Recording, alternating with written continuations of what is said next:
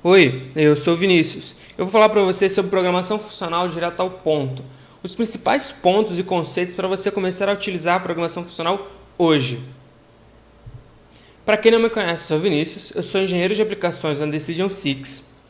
Se você está assistindo esse canal e ainda não conhece o Codecasts, acessa lá, nós temos aulas sobre Vue.js, JavaScript, Laravel, muito conteúdo interessante direto ao ponto para você. Antes de a gente começar, vamos falar um pouco sobre a história da programação funcional, uma coisa bem simples e rápida. Muitos não sabem, mas a programação funcional ela vem um pouquinho antes da programação orientada a objetos. Se você for ignorar um gap de uns 10 anos, ou até menos de uma para outra, elas são bem contemporâneas. Todas elas são de 1950, da década de 50. A programação funcional, o paradigma de programação funcional, ela gasta mais memória do que a orientação a objetos. Tá? E isso era um problema nos anos 50, porque era muito caro. Então, rapidamente, a programação imperativa e a programação orientada a objeto logo se popularizou. Tá, se tem esse problema, se ela é tão antiga, por que ela voltou agora? Bem, ela voltou porque as memórias, de começo de conversa, se tornaram baratas. Hoje é muito barato você ter memória. Além de, ela poderia gastar mais memória, mas ela consumia muito menos processamento. Tá? E paralelizar, fazer concorrência é extremamente simples com a programação funcional. Linguagens de programação funcional são naturalmente concorrentes, na grande maioria das vezes. E o paradigma dela, ela cria muitas abstrações e com isso você tem menos bugs. É uma coisa que a gente está tendo muita vantagem em adotar a programação funcional no nosso código. Como eu disse, a memória não é mais um problema, mas o processamento sim. O processamento passou a ser uma coisa muito finita, A gente tem muita carga de informação, muita carga de dados, mas a gente tem pouco processamento. O processamento ele pode ser infinito a partir do momento que você implementa o paralelismo, a concorrência. Só que em programações orientadas a objeto, isso é um inferno de fazer. É muito complicado, dá muito trabalho. O paralelismo na programação funcional é possível graças à imutabilidade. Como você não tem que compartilhar estado dos objetos entre máquinas, entre processos diferentes, é muito simples de fazer as coisas. Isso é graças à imutabilidade da programação funcional. Quais são as linguagens de programação funcional que nós temos hoje? A gente tem essa lista aqui que é muito pequena, bem resumida, tá? De algumas linguagens que se destacam hoje em dia. Que é o Lisp, que é basicamente uma das primeiras linguagens. A gente tem o Haskell, que é bastante popular, Rust, Elixir, que é uma linguagem que funciona dentro da VM do Erlang, que também é uma linguagem funcional. A gente tem o ClojureScript e a gente tem o Scala, que trabalha em cima da VM do Java. E essas são algumas das linguagens de programação funcional que nós temos hoje que chamam a atenção. Mas você pode se perguntar, e onde está o JavaScript nessa conversa? O JavaScript ele não é uma linguagem puramente funcional, ele tem bastante suporte, como ele tem suporte de bastante coisa, porque ele é multiparadigma, Então você pode implementar bastante coisa. E por não ser uma linguagem puramente funcional, o paradigma é total responsabilidade do desenvolvedor. Então, quando você fala que você está programando de maneira funcional no JavaScript, é que você está ativamente escrevendo um código assim. Tá. Quais são os princípios da programação funcional? São poucos princípios, tá? A gente tem as funções de primeira classe, as funções de primeira ordem, funções puras e imutabilidade. Esses princípios são basicamente permeiam toda as linguagens de programação funcional. Pode haver variação, mas principalmente as funções de primeira classe, funções de primeira ordem, elas são... Sem isso é meio que impossível você ter uma linguagem que se diz funcional, puramente funcional. Tá. Funções de primeira classe, ou First Class Functions. Quando a gente diz que uma linguagem de programação ela tem First Class Functions, é porque eu posso tratar funções como valores. Eu posso atribuir elas a variáveis, posso passar elas como argumentos e posso retornar elas como respostas de outras funções. Então, funções são cidadãos de primeira classe. A gente também tem esse termo que a gente usa. Aqui um exemplo bem simples de como utilizar funções de primeira classe dentro do JavaScript. Eu tenho ali a função add, que está sendo atrelada dentro de um valor. Você vê que eu declarei const add igual, eu tenho a função ali, um short arrow, e na makeAdd eu tenho uma função que retorna uma função. Então a gente está vendo aí a First Class Functions funcionando.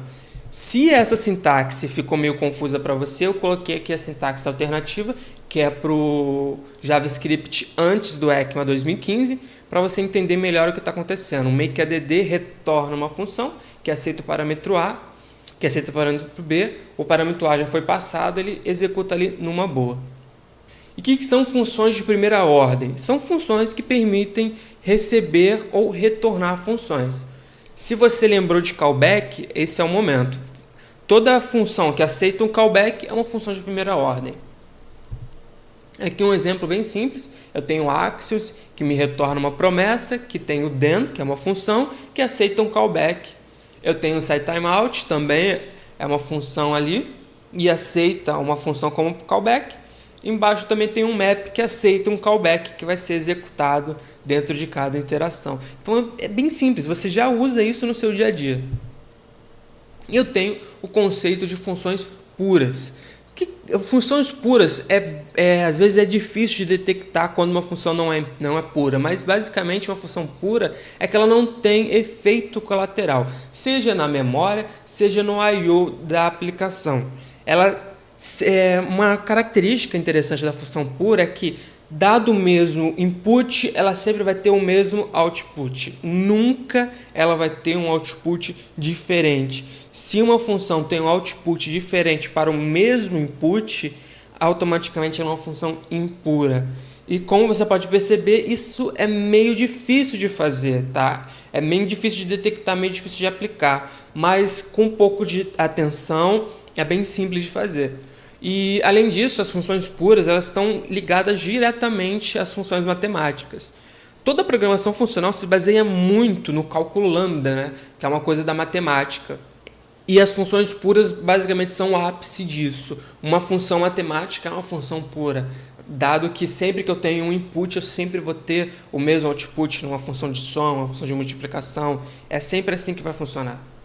As funções puras conversam diretamente com a imutabilidade, já que elas não geram efeito colateral. Isso é uma coisa que você vai ouvir muito quando você estiver trabalhando com programação funcional. Efeitos colaterais, imutabilidade, isso tudo vai estar acontecendo o tempo todo. Quando você tem um software, uma aplicação que é baseada em funções puras, é muito fácil de manter, descobrir onde as coisas acontecem, corrigir bugs. Tudo isso é muito mais tranquilo. A programação funcional tem essa característica. E aqui eu tenho 3 exemplos do próprio prototype de array, map, filter, reduce, que são funções puras. Dado o mesmo input, sempre tem o mesmo output. Aqui um exemplo simples de uma função impura. Eu coloquei ali embaixo explicando. Impuro e mutável. A gente vai falar um pouco mais sobre imutabilidade depois. Mas é interessante você ver ali, ó, counter é igual a 0. Toda vez que eu chamo o increment, o counter muda de valor. Estou incrementando o counter. Então, na primeira chamada de increments, o counter vira 1. Na segunda chamada de increments, o counter vira 2. Você está vendo que eu estou gerando efeitos colaterais. Eu estou interagindo com o meu escopo pai, né, com o escopo anterior, e estou modificando o valor de counter. Nessa modificação, eu já tenho uma implementação pura da função increments, já que, dado uma entrada, eu vou ter um retorno. Nesse caso, eu estou entrando com value, com padrão é 0, e vai me retornar value mais 1. Né? Eu estou chamando na primeira vez, vai me retornar 1. Chamei na segunda vez, vai me retornar 1 novamente. E o counter continua ali com 0 bonitinho. Agora, eu estou passando o counter como parâmetro. Repare que eu chamo o counter da primeira vez, ele me retorna 1. Chamo o counter na segunda vez, ele me retorna 1 novamente. Por quê? Porque o counter é um parâmetro, eu não modifico o parâmetro, eu não modifico o counter, ele sempre vai me retornar 1, porque o counter é 0.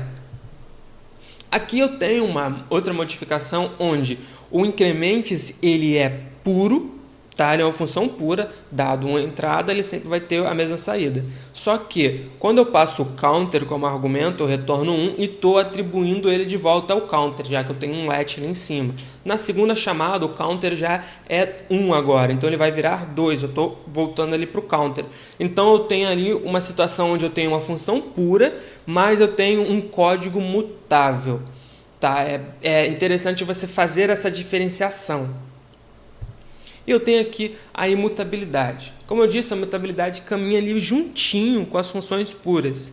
Uma variável não pode nunca mudar de valor depois que ela é atribuída. Não é uma coisa difícil de se conseguir, porém precisa ter um mindset diferenciado. Você precisa ficar pensando, ficar atento a esse tipo de situação. Afinal, é comum, as pessoas podem ficar confusas. Poxa, mas se é uma variável, por que eu estou trabalhando com imutabilidade? Isso aqui é estranho para mim. Pode parecer estranho, no JavaScript é particularmente difícil, porque é muito fácil ter mutabilidade, né, no JavaScript, então é particularmente um pouco difícil você ter um mindset de imutabilidade dentro do JavaScript. Mas nada que um pensamento, um treinamento, uma visão, uma necessidade, sabe? Meu código não pode ter mutabilidade, eu quero um código imutável. Você pensando assim, você consegue aplicar e ter os benefícios disso. Eu tenho aqui um exemplo bem simples, onde eu tenho a função addClients em Sales. Eu recebo Sales, dou um for each nele, sendo que dentro dele eu vou modificando o sale que eu recebi como argumento do meu for each e estou modificando. Falar, o client desse sale é igual eu tenho um await aqui de um get client, que provavelmente é uma promessa, e eu tenho ali a atribuição.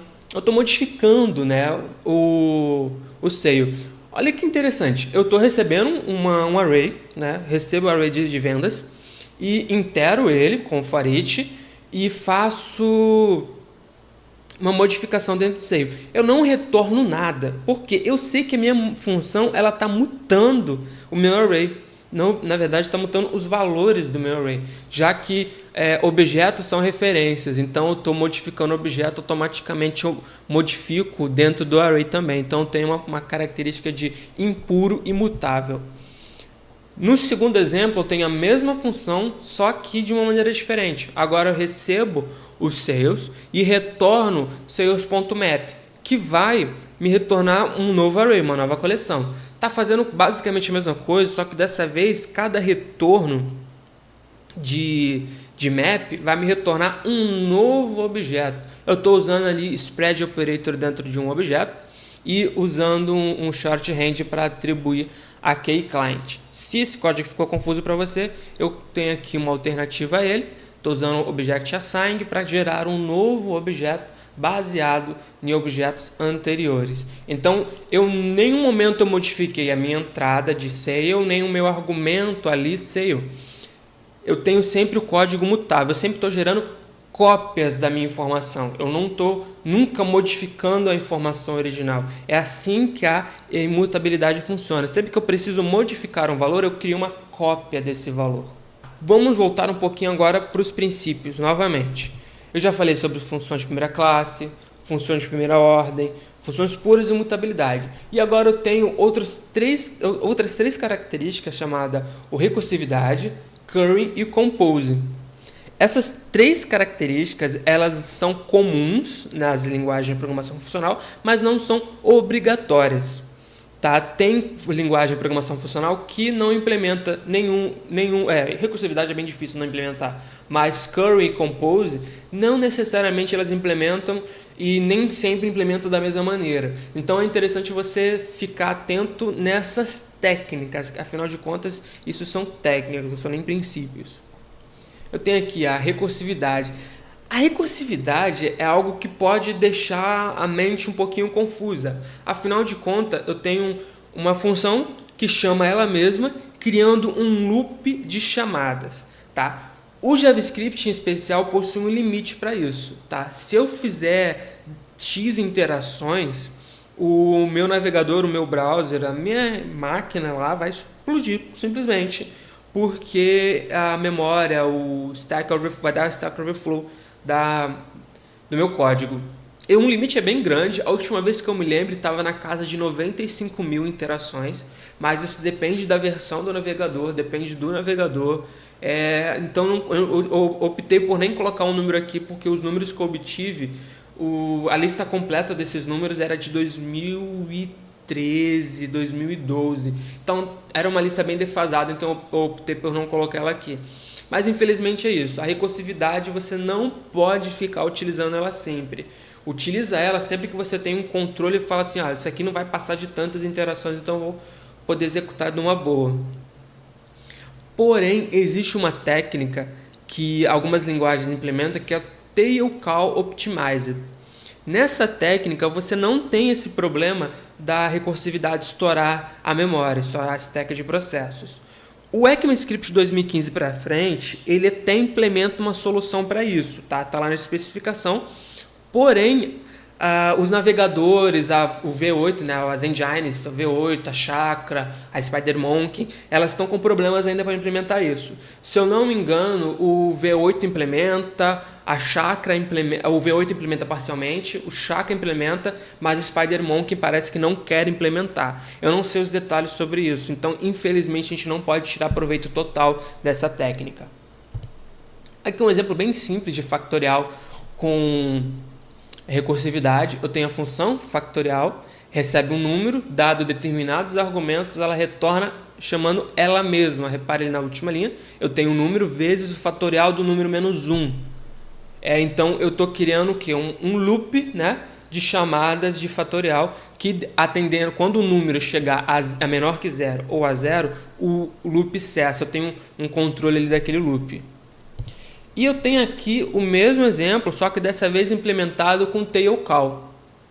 Que se o JavaScript já tivesse o V8, se as engines já tivessem implementado, não estouraria a memória.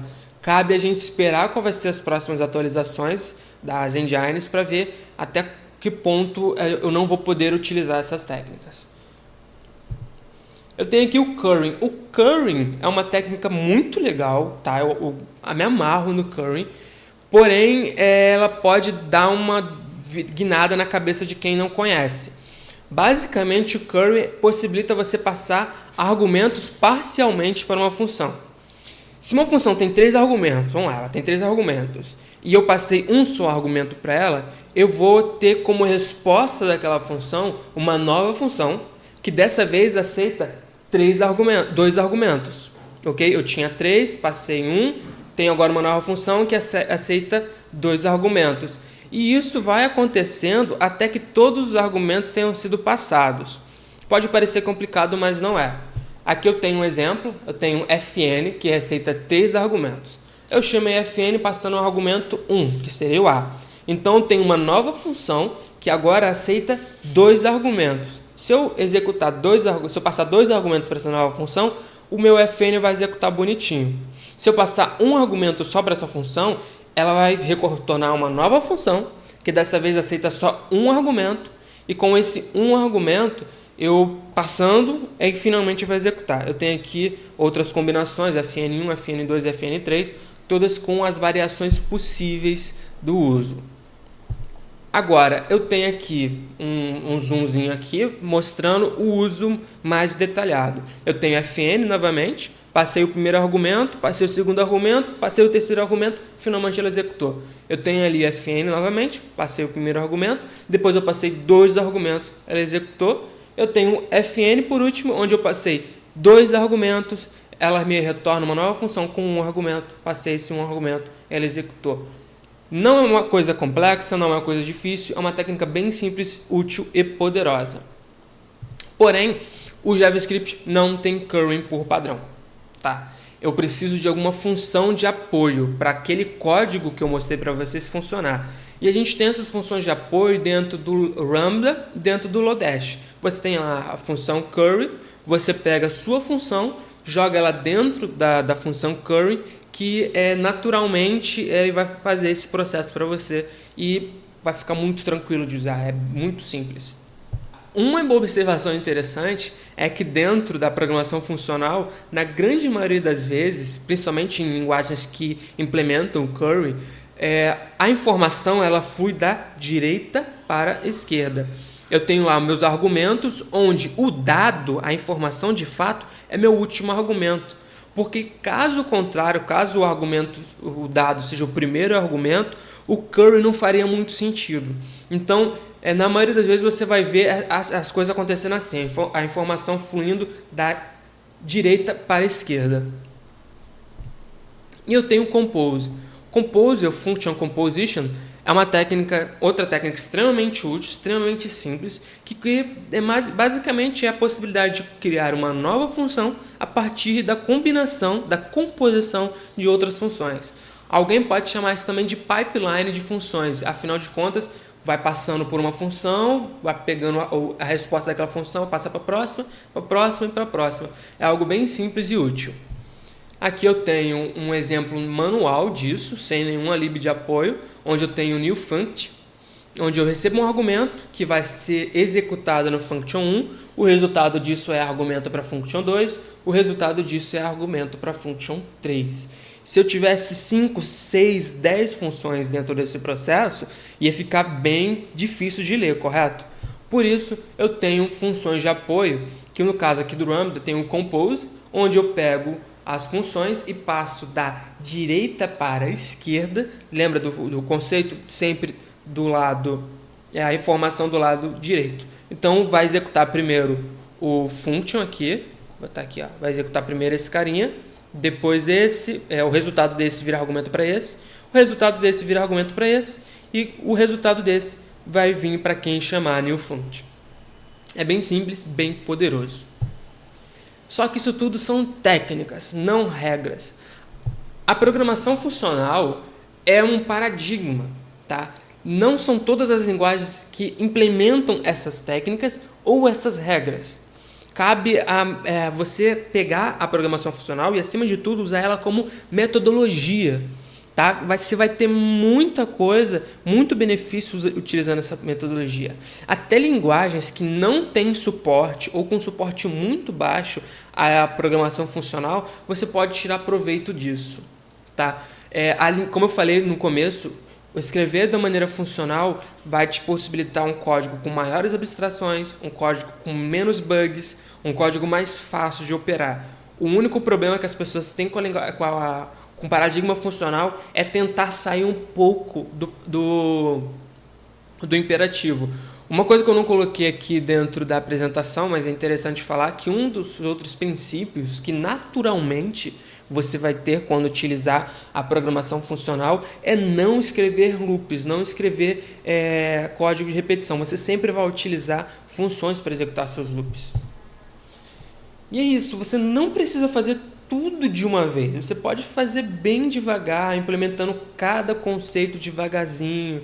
Primeiro escrevendo funções puras, depois implementando imutabilidade, só depois, se você precisar, se você sentir que está na necessidade, que o seu projeto vai crescendo, você vai tendo muitas funções naturalmente. Então, seria um momento de você implementar uma biblioteca, colocar uma biblioteca de apoio como a Lambda.js, a Lodash FP, tem algumas outras ferramentas que vão facilitar muito você começar a escrever código totalmente funcional. Isso é simples, não é complicado, não é um bicho de 7 cabeças, são técnicas, são conceitos que, se seguidos, vão trazer muita qualidade, muito valor dentro do seu software. Afinal, o reuso do seu código vai ficar muito mais fácil, porque você vai estar criando cada vez mais a abstração. E quanto maior for a abstração que você está criando, mais fácil é pegar aquele código e reaproveitar para outras coisas. É isso, obrigado por ter ouvido até aqui. Qualquer dúvida, qualquer questionamento, é só deixar no comentário desse vídeo. Nós vamos ter o maior prazer em atender e responder todas as suas perguntas.